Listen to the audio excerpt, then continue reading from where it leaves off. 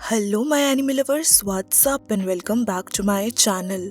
आज हम देखने वाले हैं सोलो लेवलिंग सीजन 2 का एपिसोड नंबर 5। तो अब बिना किसी देरी के चलते हैं सीधा वीडियो की तरफ। एपिसोड की शुरुआत में चाहे इन ए रैंक डंजन बॉस के गेट पर जिनवू को देख लेती है। जिनवू जो डंजन बॉस का सामना करने के लिए एक्साइटेड था, चाहे इन के आने से वो वहीं रुक जाता है। वो जिनवू को गेट से दूरी बनाए रखने को कहती है क्योंकि वो नहीं चाहती थी कि बॉस को गुस्सा आए और माइनिंग टीम को किसी भी तरह का खतरा हो। बात को कवर अप करने के लिए जिनवू कहता है कि वो अपना रास्ता भूलने के कारण यहाँ आ गया था। चाहे इनको जिनवू के हाथों में वेपन का एहसास होता है, लेकिन उसे गलतफहमी समझकर वो उस पर ज्यादा शक नहीं करती। जिनवू उसकी बात मानते हुए वहाँ से चुपचाप जाने लगता है, पर जैसे ही वो उसको क्रॉस करता है, चाहे उसे रोक लेती है और उसके करीब आकर उसकी बॉडी को स्मेल करने लगती है। चाहे इनको जिनवू के ऊपर से गंदी स्मेल नहीं आती है, जो उसे यूजुअली बाकी के हंटर्स के ऊपर से आती थी। वो उससे कंफर्म करती है कि क्या वो सच में एक हंटर है और उसकी आईडी चेक करके उसे जाने देती है।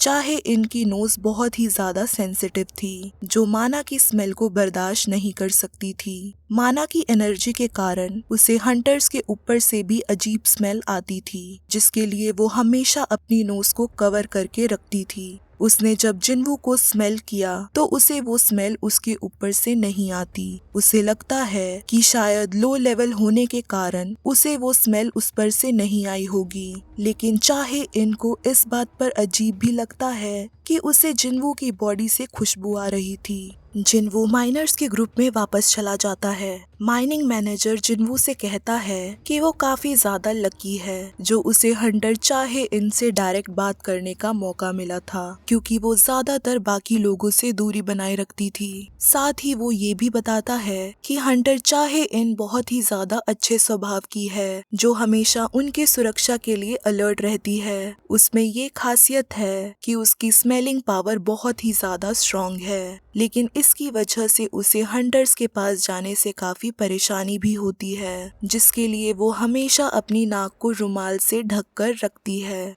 जिनवू चाहे इनसे अपनी मुलाकात के बारे में सोचता है जब वो उसके करीब आकर उसे स्मेल कर रही थी। जिनवू को लगता है कि शायद सिस्टम का प्लेयर होने के कारण उसके ऊपर से हंटर्स जैसी स्मेल नहीं आई होगी। वो बारका की बातों को भी याद करता है जब उसने जिनवू को बताया था कि उससे उसे ह्यूमंस वाला एहसास नहीं होता। बाद में मैनेजर जिनवू को उसके काम के लिए पेमेंट देता है। वो जिनवू के काम से काफी ज्यादा इम्प्रेस हुआ था, जिसके कारण वो उसे और माइनिंग के लिए साथ चलने का ऑफर भी देता है। जिनवू ने ये जॉब बस एक दिन के लिए ज्वाइन किया था ताकि वो आर्टिफैक्ट्स के लिए पैसे जमा कर सके, जिसके कारण वो उसके ऑफर को मना कर देता है। मैनेजर जिनवू को बस एक और दिन के लिए काम करने को कहता है, क्योंकि उनका अगला मिशन काफी बिजी होने वाला था, जिसके लिए उन्हें जिनवू जैसे स्ट्रॉन्ग व्यक्ति की जरूरत थी। जिनवू को जब पता चलता है कि अगले दिन की रेड हंटर्स गिल्ड की टीम के पास है, तो वो एक और दिन के लिए जॉब में आने के लिए मान जाता है। दूसरी तरफ चाहे इन किसी से फोन पर बात करती है। वो जिनवू के बारे में इंफॉर्मेशन चाहती थी। फोन पर जो शख्स होता है वो बताता है कि हंटर चोई जोंग ने भी जिनवू की इंफॉर्मेशन के लिए उससे कांटेक्ट किया था, लेकिन वो उनकी कोई मदद नहीं कर सकता था क्योंकि जिनवू की इंफॉर्मेशन को एसोसिएशन ने सील किया हुआ है। चाहे जब से जिनवू से मिली थी, वो सिर्फ उसके बारे में ही सोच रही थी। वो जिनवू के बारे में और पता लगाना चाहती थी, क्योंकि आज तक उसे इस तरह की फीलिंग किसी और हंटर से नहीं हुई थी। वो पहली बार ऐसे हंटर से मिली थी जिसके ऊपर से उसे खुशबू आई थी।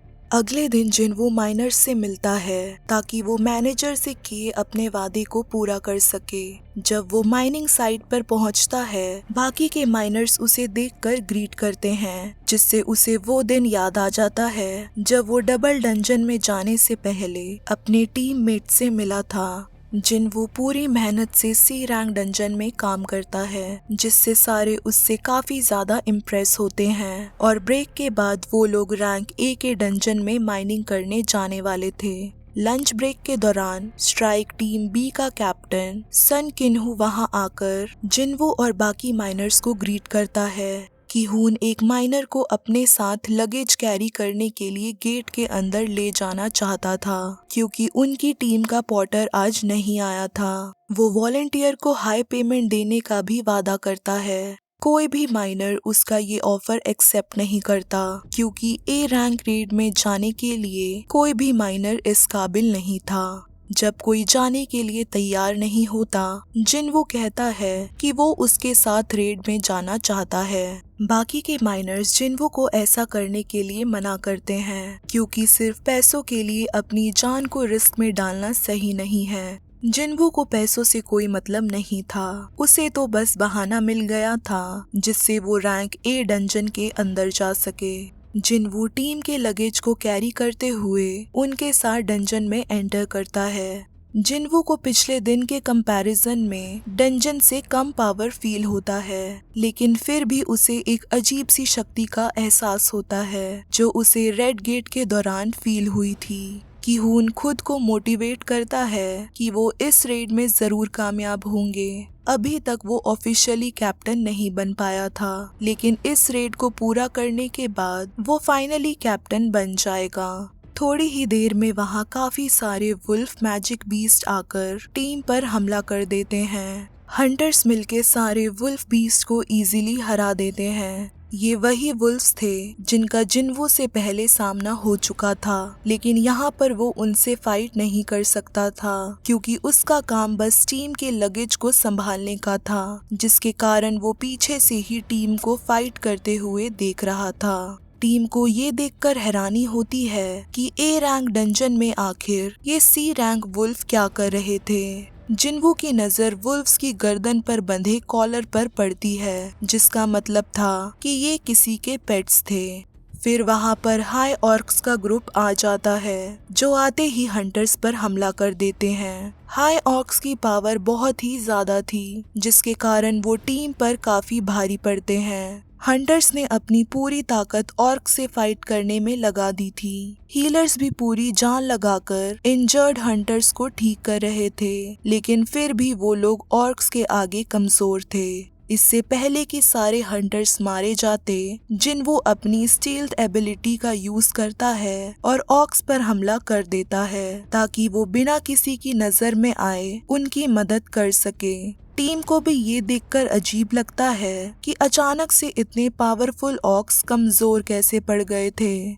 जिनवो की मदद के कारण किहून की टीम हाई ऑक्स को हरा देती है। जिनवो के लो लेवल होने के कारण किसी को उस पर शक भी नहीं जाता, लेकिन टीम की मैजिक कास्टर जिनवो को स्टील्थ एबिलिटी यूज करके ऑक्स को मारते हुए देख लेती है। उसे पता चल चुका था कि जिनवो कोई मामूली लो लेवल हंटर नहीं है। उसके पास ऐसा प्रिटेंड करने के लिए जरूर कोई बड़ा कारण होगा। साथ ही उसने उन लोगों की जान भी बचाई थी, जिसकी वजह से वो जिनवो की सच्चाई बाकी सबसे छुपाए रखती है। हाई ऑक्स से फाइट करने के कारण सबको ये एहसास हो चुका था कि डंजन के अंदर जाना खतरे से खाली नहीं है। किहून के लिए इस रेड को पूरा करना बहुत जरूरी था, लेकिन अपनी टीम की सुरक्षा को ध्यान रखते हुए वो फैसला करता है कि वो इसके आगे नहीं जाएंगे।